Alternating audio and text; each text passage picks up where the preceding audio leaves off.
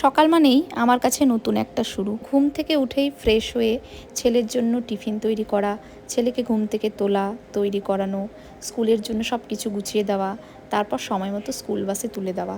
ছেলে চলে যাওয়ার পর একদিকে যেমন একটু শান্তি লাগে, অন্যদিকে তখনই মনে পড়ে যায় এবার তো ঘরের সব কাজ বাকি। সকালবেলা শান্ত পরিবেশে পুজো দেওয়া, ধূপের সুন্দর গন্ধ আর একটু নিজের মনের কথা ভগবানের কাছে বলা, এই সময়টুকু যেন আমাকে সারাদিনের জন্য একটা অন্যরকম শান্তি ও শক্তি দেয়। তাই বেশিরভাগ দিনই চেষ্টা করি সকালবেলায় পুজোটা করে নেওয়ার জন্য। পুজো শেষ করে শুরু হয়ে যায় আসল ব্যস্ততা। ঘর গোছানো, পরিষ্কার করা, এদিক ওদিকে জিনিস ঠিক জায়গায় রাখা, আর দেখতে দেখতে সকালটা কখন যে কেটে যায় বোঝাই যায় না।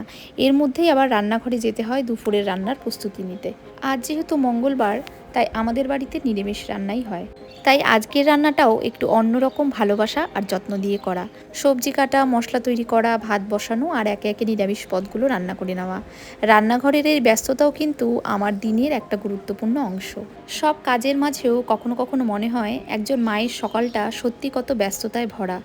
নিজের জন্য হয়তো সময় খুব কমই পাওয়া যায়, কিন্তু পরিবারের সকলকে ভালো রাখা, তাদের জন্য কিছু করা, এই ছোট ছোট কাজগুলোর মধ্যে যেন একটা আলাদা আনন্দ লুকিয়ে থাকে। দেখতে দেখতে সকাল থেকে দুপুর হয়ে যায়। ঘরের কাজ, পুজো, ছেলেকে স্কুলে পাঠানো আর রান্না, সব কিছু শেষ করে যখন একটু বসার সময় পাই, তখন মনে হয় সারাটা সকাল কত ব্যস্ততায় কেটে গেল। নিজে মা হওয়ার পর, নিজের সংসার হওয়ার পরই বুঝতে পেরেছি আমাদের মায়েরা আমাদের জন্য, আমাদের সংসারের জন্য কতটা স্যাক্রিফাইস করে গেছে।